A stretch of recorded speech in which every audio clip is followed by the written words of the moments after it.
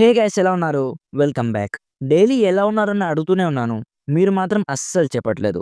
కాస్త కామెంట్స్ చేయండి guys. Interact అవుదాము. 'ద గోల్డ్‌స్మిత్' ఇదొక ఇటాలియన్ సస్పెన్స్ థ్రిల్లర్ మూవీ. రీసెంట్‌గా వీఆర్ ఓటీటీ యాప్‌లో తెలుగు ఆడియోలో స్ట్రీమ్ అవుతుంది.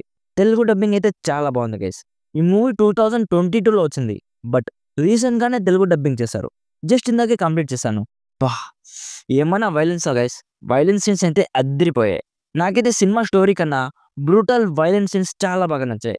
అండ్ ఈ మూవీ కూడా ఫ్యామిలీతో అస్సలు చూడకూడదు.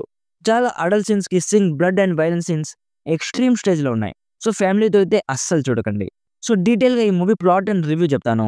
అంతకుముందు మన ఛానల్‌కి కొత్తగా వచ్చుంటే మన రివ్యూస్ అండ్ రికమెండేషన్స్ మీకు నచ్చితే సబ్స్క్రైబ్ చేసుకోవడం మాత్రం అస్సలు మర్చిపోకండి.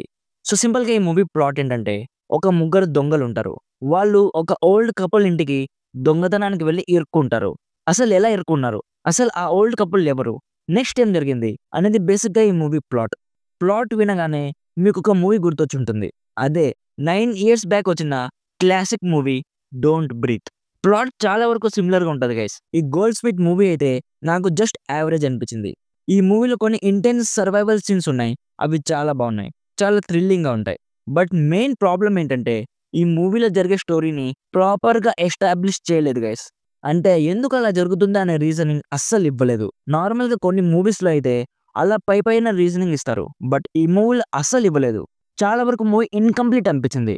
క్యారెక్టర్ వర్క్ కూడా జస్ట్ సర్ఫేస్ లెవెల్‌లోనే ఉంది గైస్. డీటెయిలింగ్ మిస్సింగ్ అనిపించింది.